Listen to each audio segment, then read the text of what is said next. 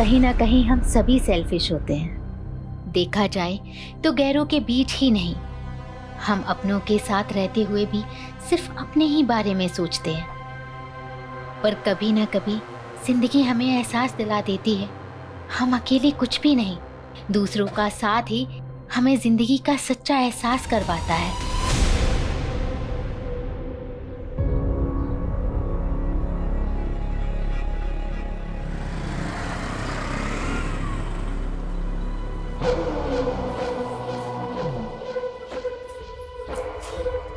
कब से वेट कर रहा हूँ तुम्हारा Devika. I called you also, तो फोन ही नहीं उठा रही थी। फोन मैं घर पे ही छोड़ रही थी। अच्छा तुम बुरा ना मानो तो हस्बैंड के नाते ये पूछ सकता हूँ कि वह वही हो।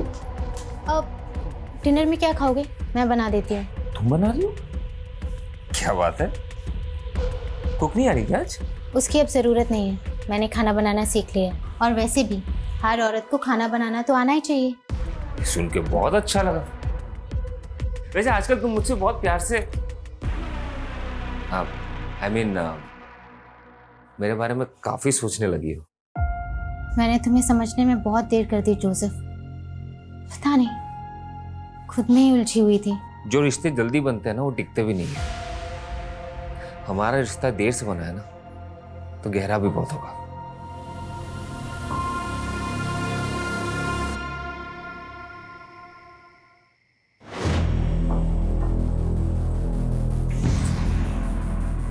ऐसे क्या देख रहे हो? खाओ ना। नहीं, पहले तुम खाओ। अब नहीं, पहले तुम खाओ और मुझे टेस्ट करके बताओ कि कैसा बना है। ठीक है। क्या हुआ? कुछ गड़बड़ हो गई? नहीं, it's very delicious। छोटी तारीफ तो नहीं कर रहे? मैं झूठी तारीफ क्यों करूं? मेरी बीवी ने पहली बार अपने हाथों से खाना बनाया। ये खाना तो भाई बहुत स्पेशल है। खाओ खाओ।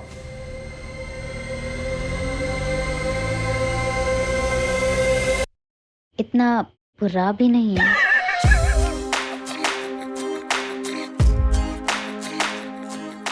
एक बात बोलूं, तुम जब हंसती हो ना और भी खूबसूरत लगती।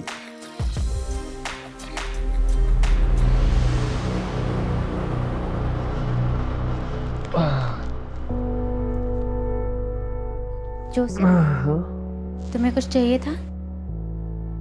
नहीं तो ठीक है। देविका। हाँ? नहीं कुछ नहीं, तुम सो जाओ।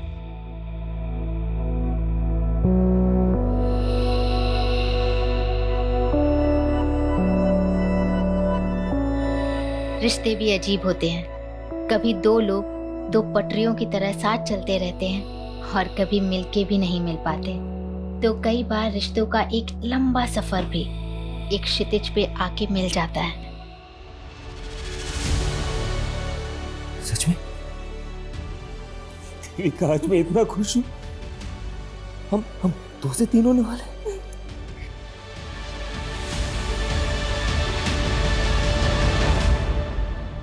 आइए देखिए, देखिए यही घर है और इस घर के मालिक शंकर ने एक माइनर से बच्चे को नौकर बना के रखा हुआ है। आए दिन बच्चे की रोने की आवाज आती है, वो उसको मारता भी है सर।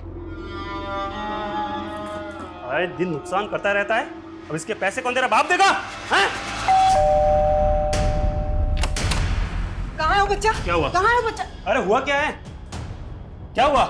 बेटा तुम ना बिल्कुल मत डरना। हाँ, मैं तुम्हें बचाने आई हूँ बेटा।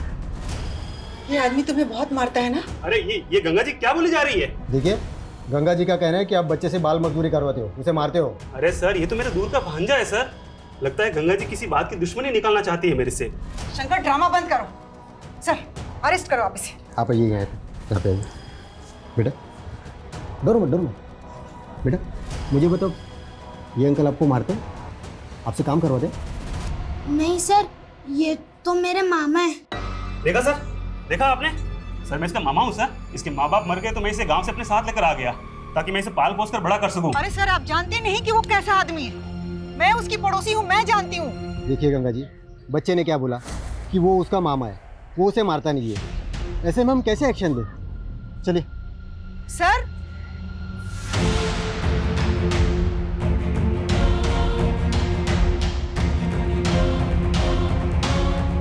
क्या हुआ माँ? अरे बेटा, ये कांस्टेबल भी ना शंकर की बातों में आ गया। लगता है मुझे किसी बड़े पुलिस ऑफिसर से बात करनी पड़ेगी।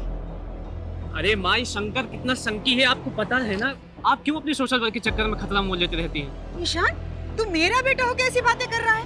अरे छोड़ो माँ, चलो भूख लगी मुझे, चलो। अरे रुको, कुछ तो करना पड़ेगा ना इन लोगों का।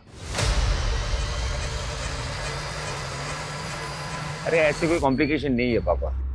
वो देविका ना अपने खाने पीने का ध्यान नहीं रखती, बस वही है। बेटा देविका की माँ होती ना तो इन दिनों मैं उसे देविका के पास ही रहने के लिए भेज देता, लेकिन तुम आया क्यों नहीं रख लेते? अरे नहीं पापा, रखा था मैंने किसी को काम पे, लेकिन वो काम छोड़ के चली गई।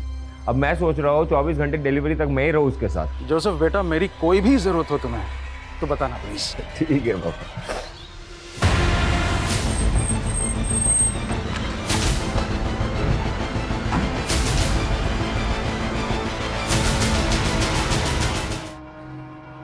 बताइए सर। लेकिन आपकी बीवी ने सुसाइड किया है, कोई तो वजह होगी। सब कुछ ठीक था हमारे बीच में, कुछ नहीं क्यों किया मुझे कुछ समझ में नहीं आ रहा। इससे तो हमारे बच्चे के बारे में घर में कहीं भी सुसाइड नोट जैसा तो कुछ नहीं मिला।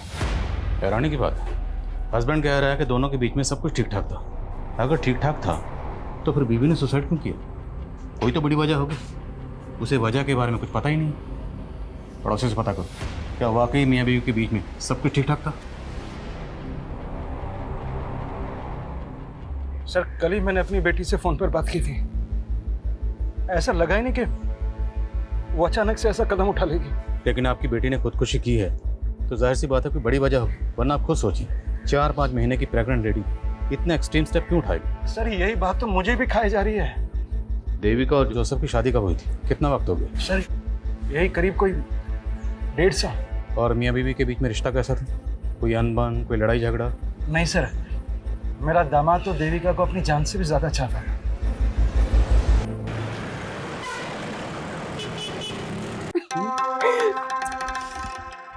मेरे लिए अपनी बीवी को धोखा दे रहे हो?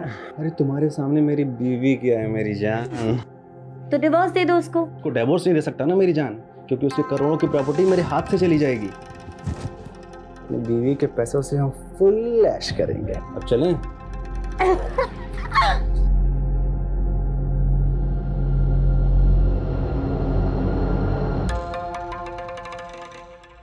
Good pose. लग रहा। अरे चुप! क्या फिल्म बन रही है पगले? अगर फिल्म मैंने तेरी बीवी को दिखा दी ना और वो तेरे हाथ पैर काट के तुझे चौराहे पर भीख मंगवाएगी, और तेरा क्या होगा छमिया? छमिया होगी तेरी माँ। बकवास बंद कर और डील फिक्स कर। वर्षा, तुम उसके साथ मिली हुई हो? वो अपनी हीरोइन है और मैं ना उसका डायरेक्टर। तेरे को पता है बहुत अच्छी एक्टर है ये। 50 लाख रुपए लेती है, बहुत महंगी। अभी 50 लाख रुपए तू देगा ना? नहीं, प्लीज। अबे साले, इतनी चुम्मियां लेने दिया है तो इसकी तो बड़ी कीमत लगेगी ना, है ना? देविका की पीएम रिपोर्ट के हिसाब से उसकी मौत फांसी लगने से ही हुई है।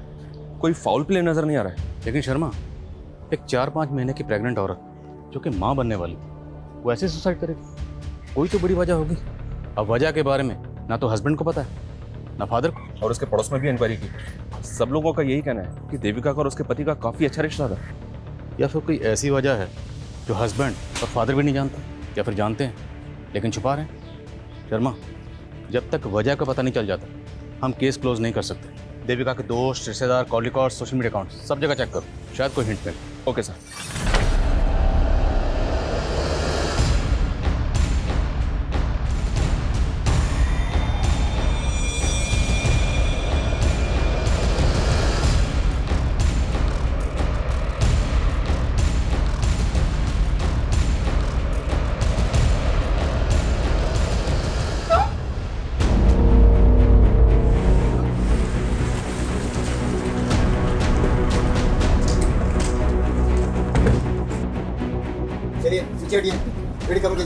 हटो। शर्मा, अंदर चेक कर।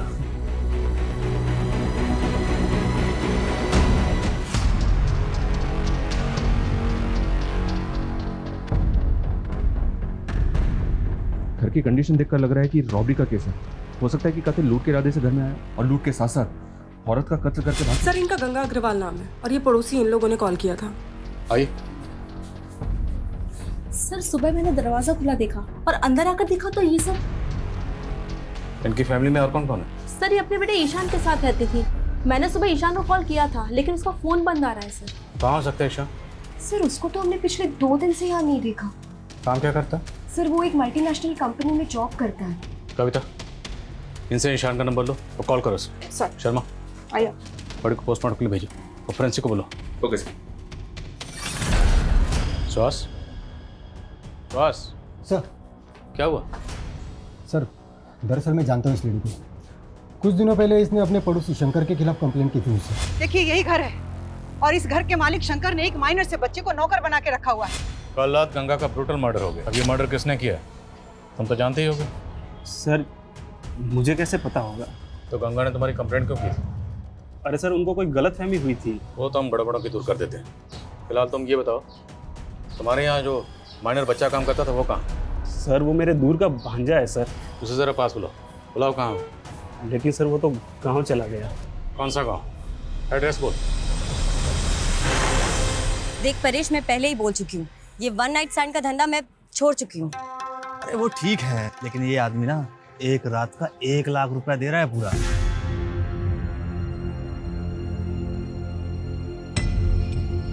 ठीक है, 1 लाख बोल दे उसको, वर्षा आ जाएगी। ठीक है। साले यहाँ हम लाखों का धंधा कर रहे हैं और तू बस 1 लाख रुपए के लिए मुझे। अरे बेबी सोच, जो आदमी एक वन नाइट स्टैंड का तुझे 1 लाख रुपए दे रहा है वो कितनी मोटी आसामी होगा। अरे तू उसके साथ एक रात बिता, फिर उसकी पूरी हिस्ट्री निकाल ले, उसके बाद तो हम उसको अपना बकरा बना ही लेंगे, है कि नहीं?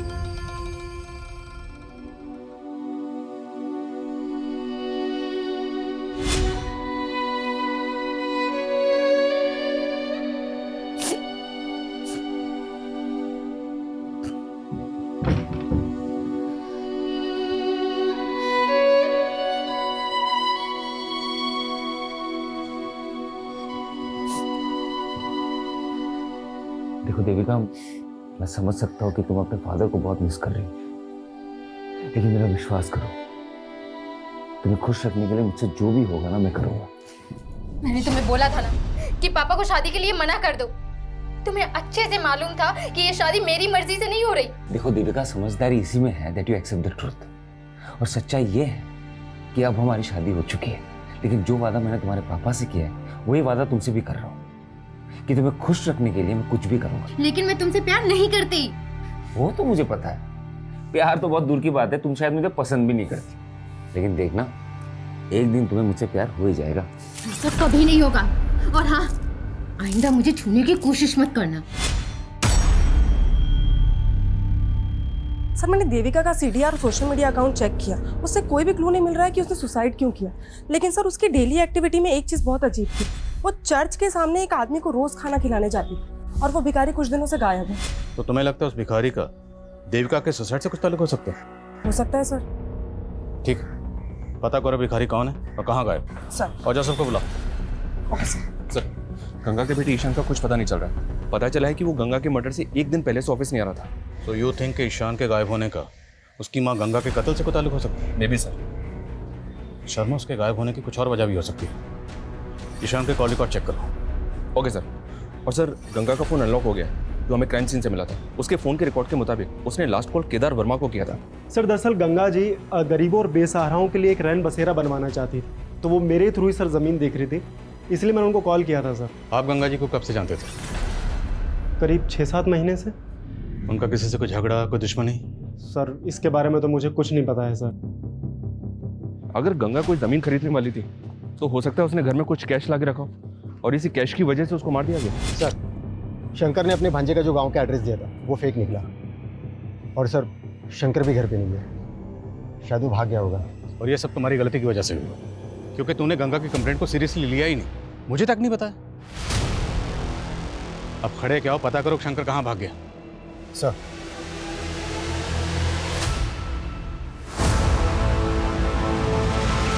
हाँ सर, देविका उस भिखारी को खाना खिलाती थी, लेकिन उस भिखारी ने ऐसा क्या किया कि आप ये सवाल पूछ रहे हैं? इसलिए क्योंकि जिस दिन आपकी बीवी देविका की मौत हुई उसी दिन से ये भिखारी गायब है। तो आप क्या क्या कहना चाह रहे कि देविका ने सुसाइड नहीं किया? अब किया या नहीं किया ये जांच का मामला है। सर मुझे कुछ समझ में नहीं आ रहा है सर। ठीक है, अब जा सकते हैं, लेकिन कुछ भी याद आए तो बताइएगा। ठीक है सर।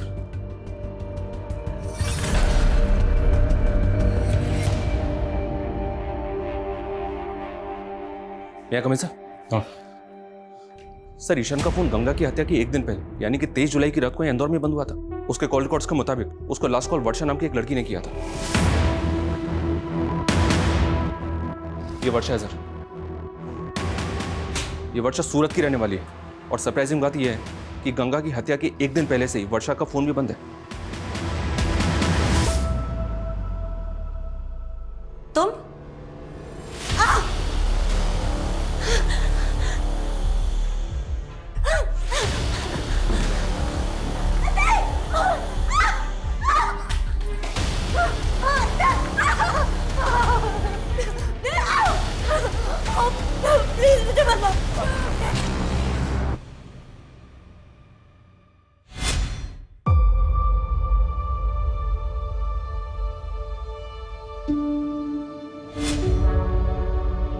जोसेफ बेटा, मैं समझ सकता हूँ कि देविका की मौत से गहरा धक्का लगा है तुम्हें। अरे बस करो ना पापा, आपको समझ में नहीं आ रहा है क्या?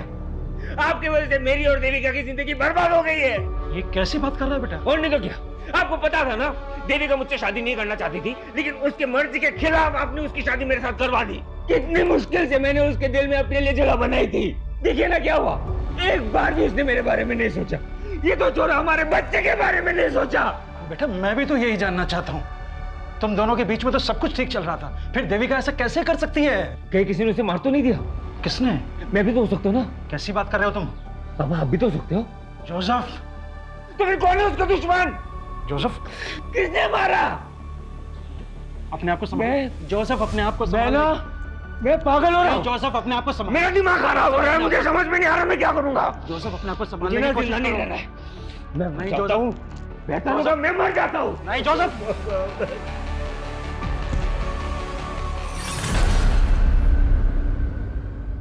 वर्षा का मर्डर हो गया? जी, 23 जुलाई की रात वर्षा के सीडीआर से ही हमें पता चला कि उसने आखिरी कॉल ईशान को किया था। हम आप लोगों से कांटेक्ट करने ही वाले थे। 23 जुलाई से ईशान गायब है? Yes sir. और उसके अगले दिन 24 जुलाई को हमारे यहाँ इंदौर में ईशान की माँ गंगा का मर्डर हुआ। सर वर्षा का मर्डर 23 जुलाई को हुआ, लेकिन हमें इन्फॉर्मेशन 24 जुलाई को मिली। वर्षा करते क्या थे? स्कॉट थी। वर्षा के सीडीआर से ही हमें परेश और विक्रम का नंबर मिला। दोनों का क्रिमिनल बैकग्राउंड है। परेश एक पिम्प है और वर्षा इस विक्रम के साथ मिलकर लोगों को ब्लैकमेल किया करती थी। तो ईशान का एक एस्कॉर्ट से क्या ताल्लुक हो सकता है? हो सकता है सर ईशान भी वर्षा और विक्रम से ब्लैकमेल हो रहा हो। ये भी हो सकता है कि ईशान के गायब होने में और गंगा के कत्ल में इस विक्रम का ही हाथ हो।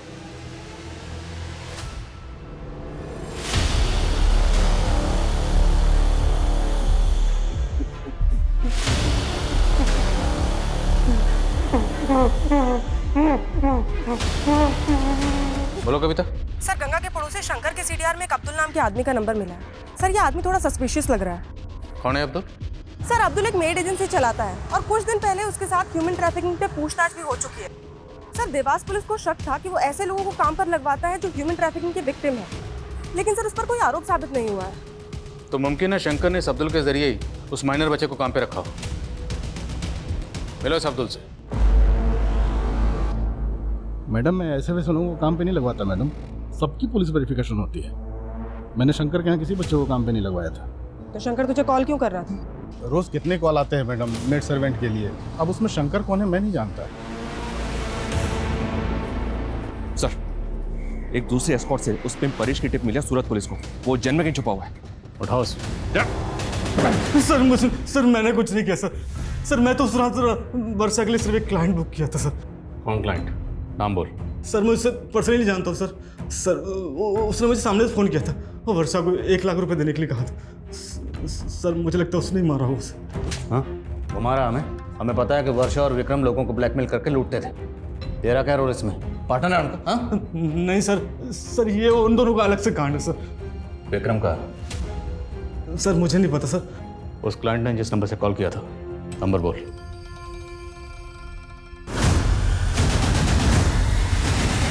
साले 23 तारीख को तूने ही वर्षा को बुक किया था ना?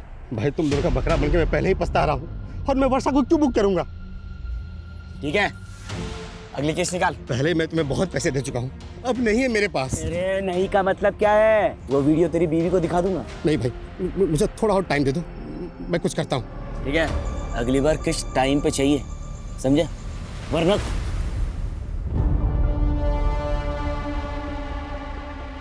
अरे जाना यार, जा।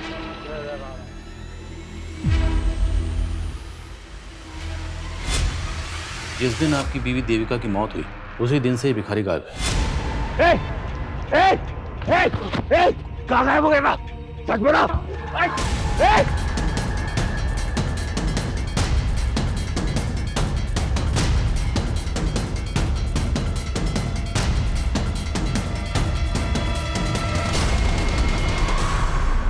परेश ने वर्षा के कस्टमर का जो नंबर दिया था, वो नंबर फेक आईडी का है। हो सकता है सर ये वर्षा का कोई ऐसा क्लाइंट हो जो वर्षा से ब्लैकमेल ले रहा हो और उसी ने वर्षा को मार दिया।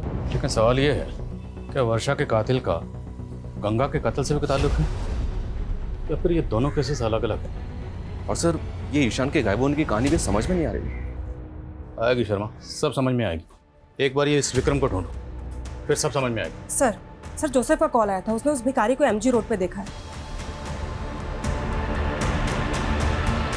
हम भिखारी लोग हैं साहब, जगह बदल बदल के भीख मांगते हैं। तो हमें सिर्फ ये बता, देविका तुझे रोज खाना खिलाने के लिए आती थी, वो अकेले आती थी या उसके साथ कोई होता था? सामने इन सब बिल्कुल अकेली आती थी, पर उस दिन साहब एक लड़का आया था जो उनको बहुत परेशान कर रहा था।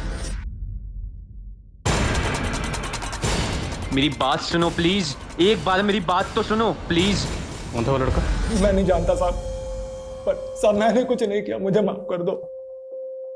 जाने दो सर, देविका ने मुझे कभी नहीं बताया कि कोई लड़का उसे परेशान कर रहा था, और पहले तो आप उस भिखारी पे शक कर रहे थे, अब उस पे यकीन कर रहे हैं। हम सिर्फ आपसे कंफर्म करना चाहते हैं, क्या देविका की जिंदगी में कोई लड़का था? सर मैं आपको कह तो रहा हूँ ना, कोई नहीं था। फिर ऐसी क्या वजह रही होगी कि 4-5 महीने की प्रेग्नेंट होने के बावजूद उसने सुसाइड किया? सर ये मैं कैसे बता सकता हूँ? ठीक, मैं कमिंग सर, शंकर के बारे में पता चला है, वो भोपाल में अपने भाई के घर पर है। सर हमारे कहने पे भोपाल पुलिस ने उसे अरेस्ट कर लिया है। मानता हूँ सर, वो मेरा भांजा नहीं था, लेकिन सर मैंने गंगा को नहीं मारा सर। तो भागा क्यों था? सर मैं डर गया था सर, कम पैसे का नौकर ढूंढने के चक्कर में अब्दुल ने मुझे वो माइनर बच्चा दिया था काम पे रखने के लिए, लेकिन सर मैंने उस बच्चे को पहले ही निकाल दिया था सर। तूने हमसे बोला कि ना तो तू शंकर को जानता है, ना तो उस बच्चे को जानता है, और ना ही गंगा को जानता है, लेकिन पता चला हमें ये सारा कांड तेरा ही है। सर मैं मानता हूं कि मैंने एक माइनर बच्चे को काम पे लगाया, लेकिन मैंने किसी का मर्डर नहीं किया है सर। गंगा के बेटे ईशान को भी तू नहीं गायब किया है? बोल, किया नहीं किया? सर मैंने कुछ भी नहीं किया सर।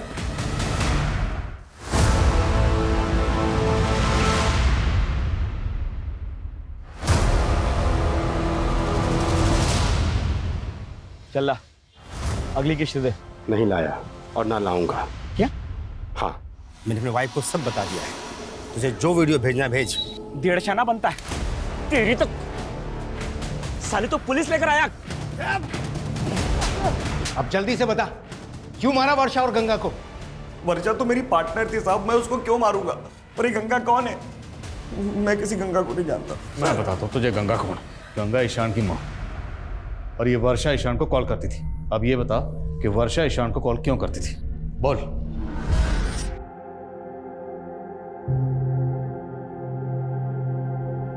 क्या वीडियो बन रहा है बॉस? कौन है तू? कौन बंद कर? अरे क्या बंद कर? माल निकाल चल, नहीं तो साले वीडियो अपलोड कर दूंगा तेरा। और शक्ल क्या देख रहा है? जल्दी कर। वर्षा तू भी इसके साथ मिली है? अबे वो अपनी टीम में। एक और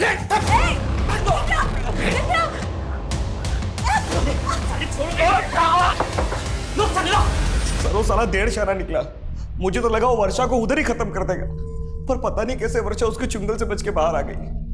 उसके बाद वो किधर गई, उसने ईशान को फोन क्यों लगाया, मेरे को नहीं मालूम साहब। पर परेश ने बताया कि जहां वर्षा होती थी वहां हमेशा तू होता था, उसका पार्टनर था ना तू। लेकिन जिस दिन उसका कत्ल हुआ सिर्फ उसी दिन उसके साथ नहीं था। क्यों?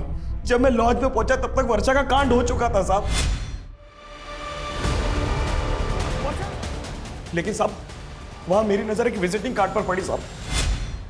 Visiting card? कातिल ने पहले कत्ल किया और उसके बाद जानबूझ के अपना विजिटिंग कार्ड वहां छोड़ दिया। हाँ? नहीं साहब, मैं झूठ नहीं बोल रहा हूँ। मुझे मालूम था पुलिस मुझे ढूंढेगी, मेरे पे डाउट करेगी, इसलिए वो विजिटिंग कार्ड मैंने संभाल के रखा। वैक्सीन एंटरप्राइज आप ही की कंपनी? जी हाँ, ये मेरा ही विजिटिंग कार्ड है। लेकिन बात क्या है इंस्पेक्टर साहब? वर्षा को जानते हैं? कौन वर्षा? ये वर्षा एस्कॉर्ट थी। 23 जुलाई को सूरत में इसका कत्ल हुआ। जहाँ पे कत्ल हुआ आपका विजिटिंग कार्ड वहीं मिला। क्या? हमें भी जानकर ऐसी ही हैरानी हुई थी जब हमें पता चला कि आपको एस्कॉर्ट के पास जाने की आदत है। कहीं आपकी बीवी के सोसाइटी? क्या बकवास कर रहे हो आप इंस्पेक्टर साहब? जबान संभाल के, वरना मैं हाथ नहीं संभाल पाऊंगा। सीधे बताओ, कहीं वर्षा का कत्ल भी तुमने? कुछ भी बोल रहे हो आप? मुझे कोई एस्कॉर्ट के पास जाने का शौक नहीं है और ना ही मैं किसी वर्षा को जानता हूँ। अक्सर मैं ये विजिटिंग कार्ड अपने क्लाइंट्स को दे देता हूँ, तो आपको मिल गया होगा। अभी चलो हमारे साथ, तुझे थाना विजिट करवाते हैं। अरे इंस्पेक्टर साहब, सर मेरे दामाद ने ऐसा कुछ नहीं किया है, आपको गलतफहमी हो रही है। चल मैं लेके आ। अरे इंस्पेक्टर साहब मेरी बात सुनिए। परेश ध्यान से देखे से, यही वर्षा का क्लाइंट है ना जो वर्षा को बुक करता था? क्या बकवास कर रहे हो आप? तू तो बिल्कुल चुप ही रह। पहचाने से? साहब इतने सालों में मैंने कई मर्दों को वर्षा के पास भेजा है, हो सकता है उनमें से ये भी एक। तू मुझे फंसा क्यों रहा है? मैं तुझे और वर्षा को जानता तक नहीं हूँ। चल विक्रम, ध्यान से देखे से, ये वही है ना जिसका विजिटिंग कार्ड तूने हमें दिया था? उस रात लॉज के पास तूने इसी को देखा था ना? और शायद सर, मैं जब वहां लॉज पर पहुंचा तो मैंने इसी को बाहर निकलते हुए देखा था। यही है। अरे आप लोग जानते हैं क्या हो सर? आप उन जैसे क्रिमिनल्स पे भरोसा करके मुझ पे आरोप लगा रहे हो। अरे मेरी बीवी ने सुसाइड किया है सर, आपको भरोसा नहीं है? तो जैसे मेरी बीवी ने फंदा डाल के मर गई ना, उसी तरीके से मेरे गले में भी फांसी का फंदा डाल के मुझे मार डालो सर। ऐसा घिनौना इल्जाम मुझ पे मत डालो सर, मैंने कुछ नहीं किया है। वर्षा का मर्डर तो सूरत में हुआ था और जोसेफ की फोन लोकेशन के हिसाब से उसका फोन 23 जुलाई को यहाँ इंदौर में ही एक्टिव था। तो फिर ये विक्रम वर्षा मर्डर केस में जोसेफ को फंसाना चाहता है? कहीं ऐसा तो नहीं कि 23 जुलाई को जोसेफ का कोई क्लाइंट सूरत गया था जिसे उसे अपना विजिटिंग कार्ड दिया था? जोसेफ के क्लाइंट की लिस्ट निकला। Okay sir. और सर ये जोसेफ का करना क्या है? छोड़ दो फिलहाल, लेकिन नजर रखो। ओके।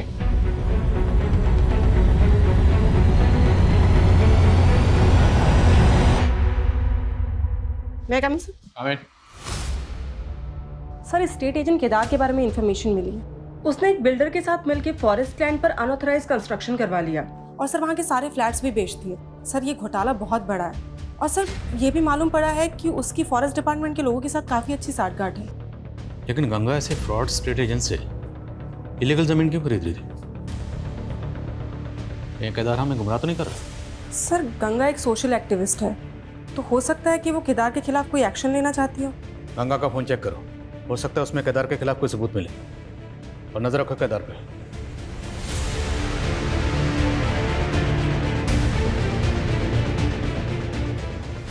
सर गंगा के फोन का डेटा चेक किया, उसके फोन के डेटा से एक वीडियो रिट्रीव हुआ है जो पहले डिलीट किया गया था और वीडियो काफी शॉकिंग है।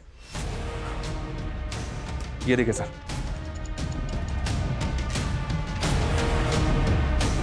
गंगा के फोन में देविका का वीडियो, और वो भी ऐसा वीडियो? ये वीडियो हमें गंगा नाम की सोशल एक्टिविस्ट के फोन में मिला। क्या चक्कर है? क्या छुपा रहे हो? मैं कुछ छिपा नहीं रहा सर। मैं तो जानता था नहीं इस वीडियो के बारे में। और ये देविका के साथ कौन? यही तो हम जानने हैं कि देविका के साथ किसने और क्या। सर मुझे इस वीडियो के बारे में कुछ नहीं पता। मेरी बेटी के साथ ये सब हो रहा था। आप नहीं जानते इस बारे में? क्या देविका ने भी आपको कभी नहीं बताया कि उसके साथ ये सब हो रहा था? नहीं सर। ये देविका का हस्बैंड और फादर वाकई इस वीडियो के बारे में कुछ नहीं जानते, या फिर वो कुछ छुपा रहे हैं? और सवाल ये भी है कि गंगा जैसी सोशल एक्टिविस्ट के मोबाइल में देविका का ऐसा वीडियो क्यों था? उसने डिलीट क्यों किया? हो सकता है सर देविका किसी से ब्लैकमेल हो रही हो और उसने गंगा से मदद मांगी हो। अगर इन दोनों मौतों की वजह ये वीडियो है तो हमें पता करना होगा ये वीडियो किसने बनाया और इस वीडियो में देविका के साथ वो लड़का कौन है। सर वो भिखारी मैं बता रहा था कि एक लड़का है जो देविका को परेशान करता है। मेरी बात सुनो प्लीज, एक बार मेरी बात तो सुनो। उस भिखारी से उस लड़के का स्केच बनाओ। अब सवाल ये है कि वर्षा का कातिल कौन है? जोसेफ की क्लाइंट लिस्ट का क्या हुआ? सर जोसेफ की क्लाइंट लिस्ट में फिलहाल अभी तक ऐसा कोई नहीं मिला है जिसका वर्षा, विक्रम या इस परेश के साथ कोई कनेक्शन।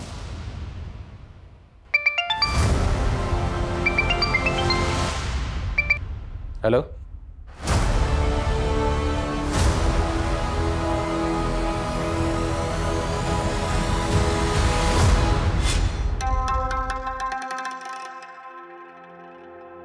हाय।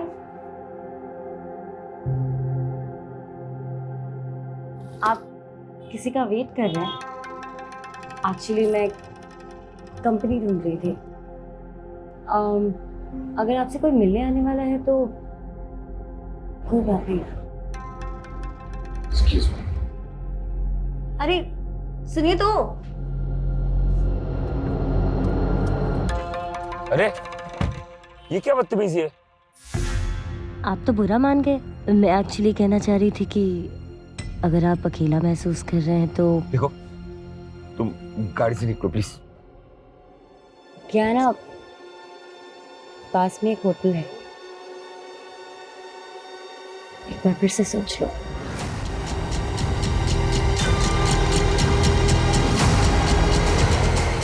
अब आगे से हम लोग कभी नहीं मिलेंगे। अच्छा,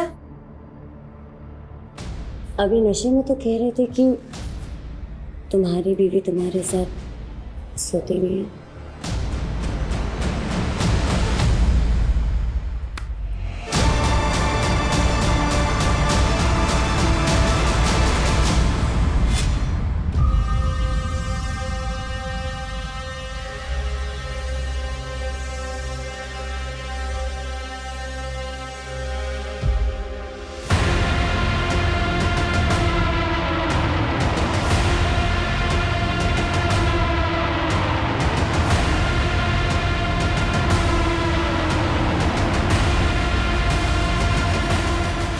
क्या हीरो, अब तेरे आज़ाद होने का टाइम आ गया है। लिख अपना सुसाइड नोट और आज़ाद हो जा जिंदगी से।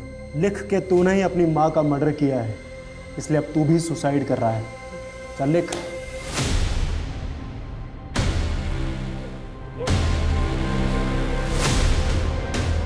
पुलिस को गुमराह करता है।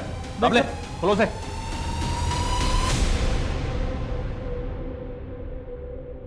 सर मैंने गंगा को नहीं मारा है सर, बस उसके बेटे ईशान को मैंने किडनैप करवाया था। अबे ओ, तेरी बात पे पहले भरोसा करके देख चुके हम, अभी और नहीं, अभी सिर्फ सच बोल। मेरा यकीन मानिए सर, सर मैं झूठ नहीं बोल रहा हूँ सर। मैं उसको सबक सिखाना चाहता था क्योंकि उसने मेरा जीना आराम कर दिया था सर। देखो गंगा, मेरे किए गए घपलों से तुम्हें भी फायदा हो सकता है, तो ये 5 लाख रुपए लो और अपना मुंह बंद रखो। केदार, फॉरेस्ट डिपार्टमेंट की जमीन पर जबरदस्ती कब्जा करके तूने झूठे कागज बनवाए और तो और लोगों को फ्लैट भी बेच दिए। मैं तुम्हारी ये पोल खोल कर रहूंगी, सबूत है मेरे पास। सर मैंने उसके बेटे ईशान को किडनैप करवाया था ताकि मैं गंगा को सबक सिखा सकूं, लेकिन सर उससे पहले उसका मर्डर हो गया। और सर मेरा यकीन मानिए, मुझे नहीं मालूम उसको किसने मारा है। शर्मा, बड़ी टेढ़ी खीर आई, पहले इसको जरा सीधा करो फिर बात करते हैं। सर नहीं। क्या मेरी माँ का मर्डर हो गया? मर्डर तो वर्षा का भी हुआ, पता ही होगा तुम्हें। हमें पता चला कि तू और देविका कॉलेज में एक साथ पढ़ते थे, और ये भी पता चला है कि देविका की मौत से पहले तो उसे मिलने गया था।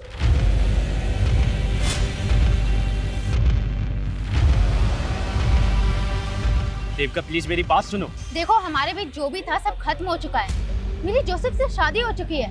आइंदा मुझसे मिलने की कोशिश मत करना। देविका, मानता हूँ सर कि मैं देविका को कॉलेज टाइम से प्यार करता हूँ, लेकिन आप ये सब क्यों पूछ रहे हैं? ये वीडियो तुम्हारी माँ के फोन में मिला। सर मेरी माँ के फोन में? वीडियो में ये देविका के साथ कौन है, और ये वीडियो तुम्हारी माँ के फोन में क्यों था? सर मेरा यकीन कीजिए, मैं नहीं जानता इस बारे में सर। वर्षा के बारे में तो जानते हो ना, क्या कनेक्शन है उसके साथ? कुछ छुपाना मत, वरना बुरे फंसोगे। बोलो। सर देविका को खोने के बाद मैं अपनी लाइफ से फ्रस्ट्रेट हो गया था सर, और इसी फ्रस्ट्रेशन में प्रोस्टिट्यूट्स के साथ तभी सर मैं वर्षा के कांटेक्ट में आया, लेकिन सर वो तो मुझे ही लूटने की कोशिश कर रही थी।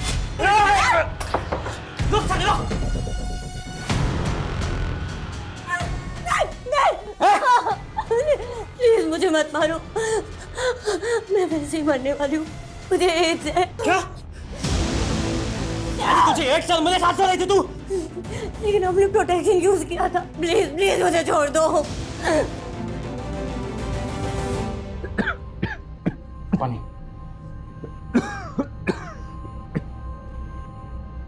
ये अचानक से तुम्हें हो क्या रहा है? दिन पे दिन तबीयत खराब सी होती जा रही है।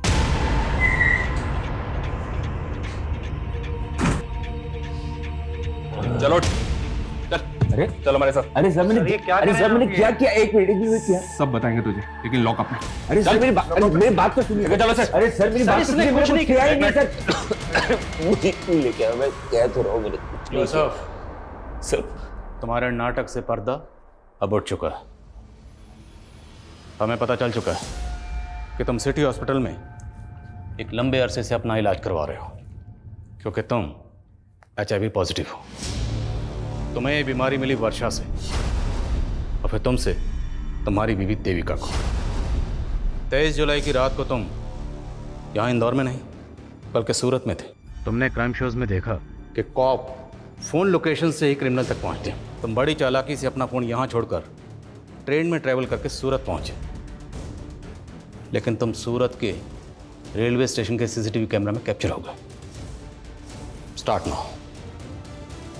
उस वर्षा की वजह से देविका और मेरा बच्चा दोनों इन्फेक्टेड हो गए, और ये बात मुझे देविका के डॉक्टर से पता चला। मैं 4 महीने तक ये बात देविका से छुपाता रहा, लेकिन एक दिन उसे ये बात पता चली गई। अरे देविका, मैं तुम्हें कहाँ ढूंढ रहा हूँ और तुम यहाँ पे हो। अरे तू रो क्यों रही हो? तुम्हारी वजह से मैं HIV पॉजिटिव हो गई, और मेरा बच्चा भी। मैंने तुम पे भरोसा किया और तुमने मुझे धोखा दिया। नहीं देविका, तुम गलत समझ रही हो। I am really sorry. देखो मैं ये सब नहीं करना चाहता था। मेरी बात सुनो देविका, मेरी बात सुनो देविका। मैंने उस पिंक परेश का पता लगाया और एक फेक ID नंबर से उसे कॉल किया और वर्षा को हायर किया। तुम?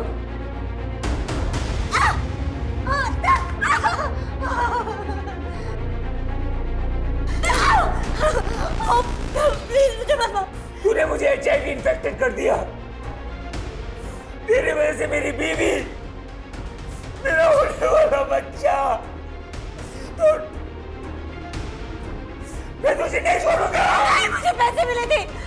पैसे? किसने दिए? वो ईशान ने दिए थे। तुझे 1 साल मेरे साथ रही थी तू?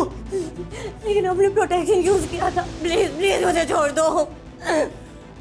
तू चाहती है ना कि मैं तुझे पुलिस के हवाले ना करूं, तो तुझे किसी और के साथ भी सोना पड़ेगा, वो भी बिना किसी प्रोटेक्शन के।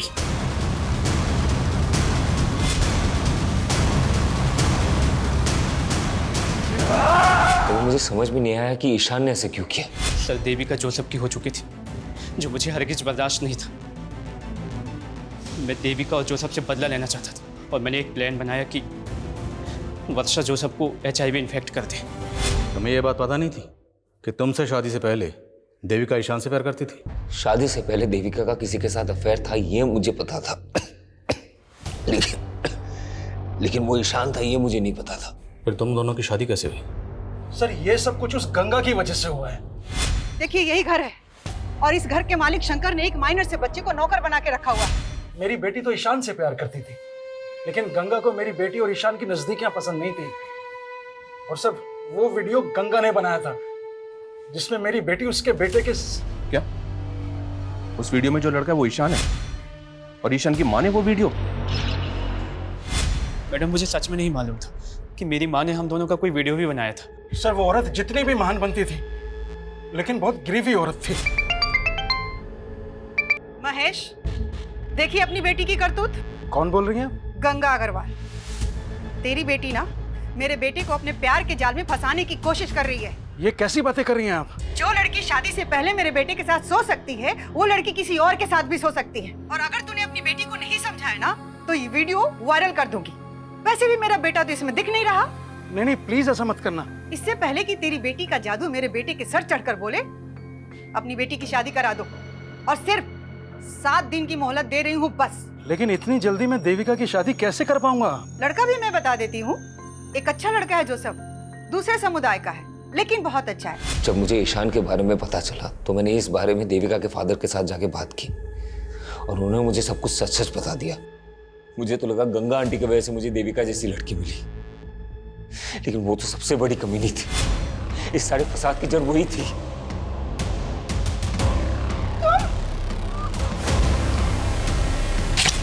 तो उस ईशान को भी नहीं छोड़ता, लेकिन वो मुझे मिला नहीं। उसके और उसकी मां की वजह से आज देविका और